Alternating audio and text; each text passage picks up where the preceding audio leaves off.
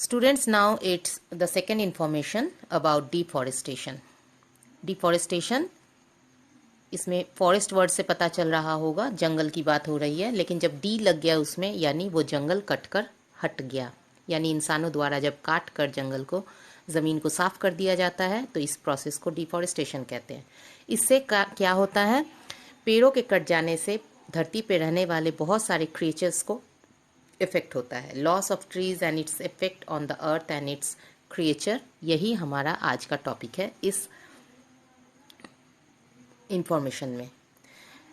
अच्छी बात यह है कि जिस दिन हम इसे पढ़ रहे हैं उससे एक दिन पहले ही 28 जुलाई को वर्ल्ड नेचर कंजर्वेशन डे भी था। नेचर मीन्स होता है प्रकृति। प्रकृति में वो सारी चीज़ें, पेड़, हवा, जल, मिट्टी, हम इंसान, जीव जंतु सभी आते हैं। प्रकृति इन्हें खुद ब खुद बनाया है और सारी चीज़ों को प्रोवाइड किया है कि इनके साथ हम मिलजुल कर रहे और अपने सुविधा अनुसार काम करें। बट इंसान लालच के कारण कहिए या ज़रूरत के कारण जब इन चीज़ों को नुकसान करने लगता है तब उसका दुष्परिणाम सभी को भुगतने होते हैं।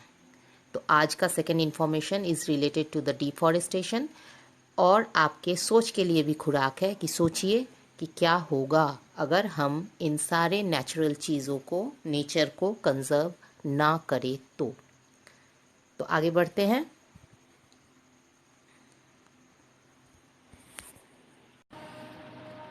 डिफॉरेस्टेशन होता क्या है? The phenomenon of cutting trees and cleaning forest for human need is called deforestation.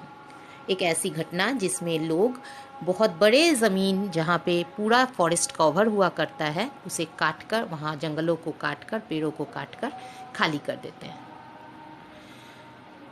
Effect of deforestation, अब सवाल आता है कि जब ये जंगलों को काट दिया जाता है तो उसका प्रभाव क्या होता है, अच्छे प्रभाव या दुष्प्रभाव। Extensive of cutting trees made the land barren and dry. सबसे पहला नुकसान या दुष्प्रभाव पड़ता है कि जो कभी हरा भरा जंगल से घिरा हुआ ज़मीन हुआ करता था, अब डिफॉरेस्टेशन हो जाने से वो जगह पूरा सूखा, वीरान और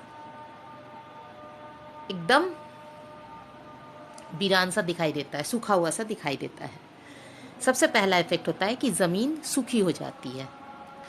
दूसरा इफेक्ट है rainfall decreases as cloud formation stops as the trees are only responsible for the rains and land becomes dry. Hence, no further cultivation can be done. Also, atmosphere become too hot to live. Deforestation की वजह से बादल बनना बंद हो जाता है, बारिश की कमी हो जाती है, ज़मीन सूखा हो जाता है और उस पर अब नए पौधे ग्रोथ करना या फसल उगाना भी बंद हो जाता है।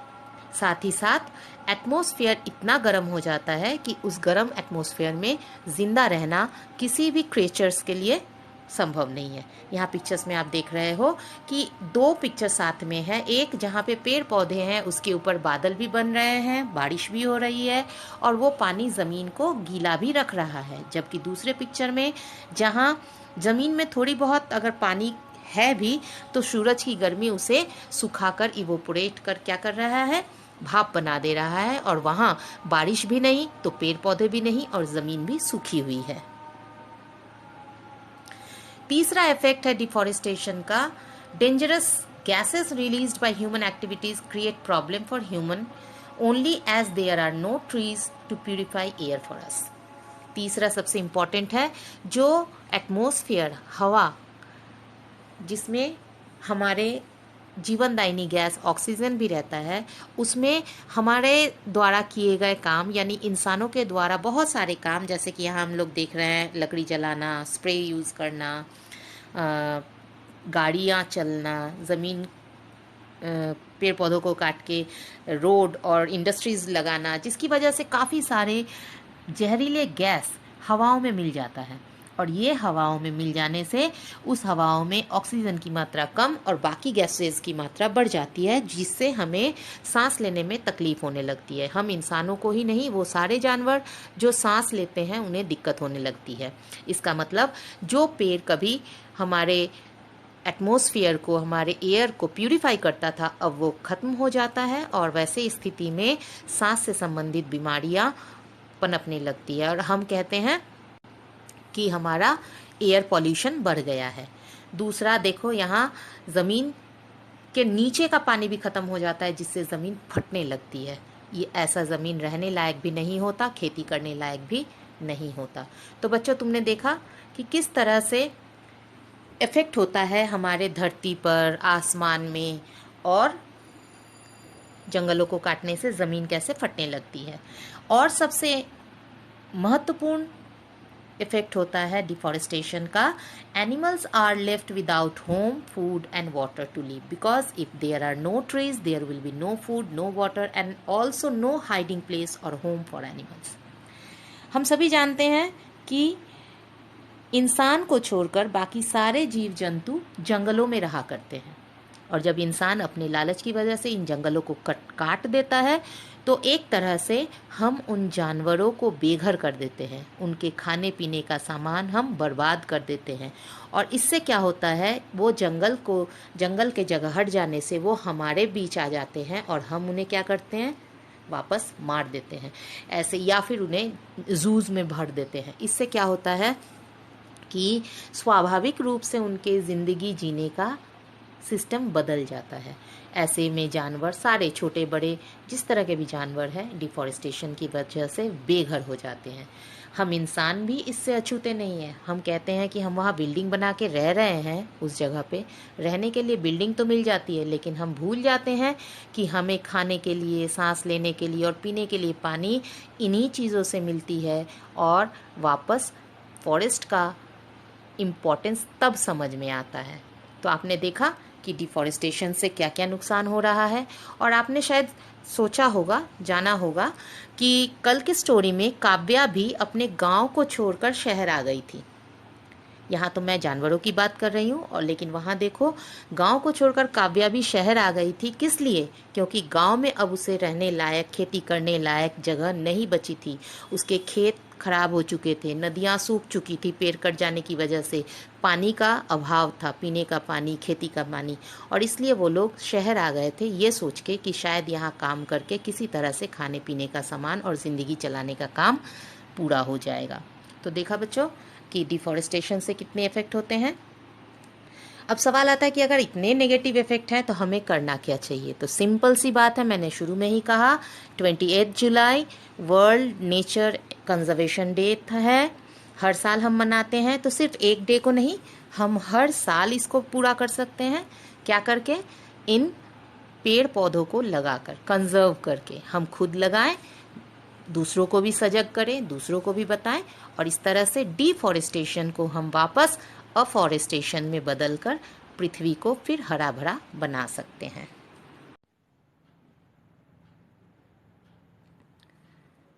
Students, now it's question time. Question number A, that is fill in the blanks. There are 5 fill in the blanks. You have to put suitable word in it to complete, and you can find help from the chapter. You have to read the chapter carefully. Then question number B, that is answer this question. There are 5 questions. These questions are also related to the story. You can find the answer from there. And now it's time for think and answer. For that you have to think over it carefully and then answer it. I have given some informations related to these questions so that you will get help. There are 4 questions. Question number 1, why didn't Kavya's family have enough water to farm? Kavya की family को खेती करने के लिए पानी क्यों नहीं मिल रहा था?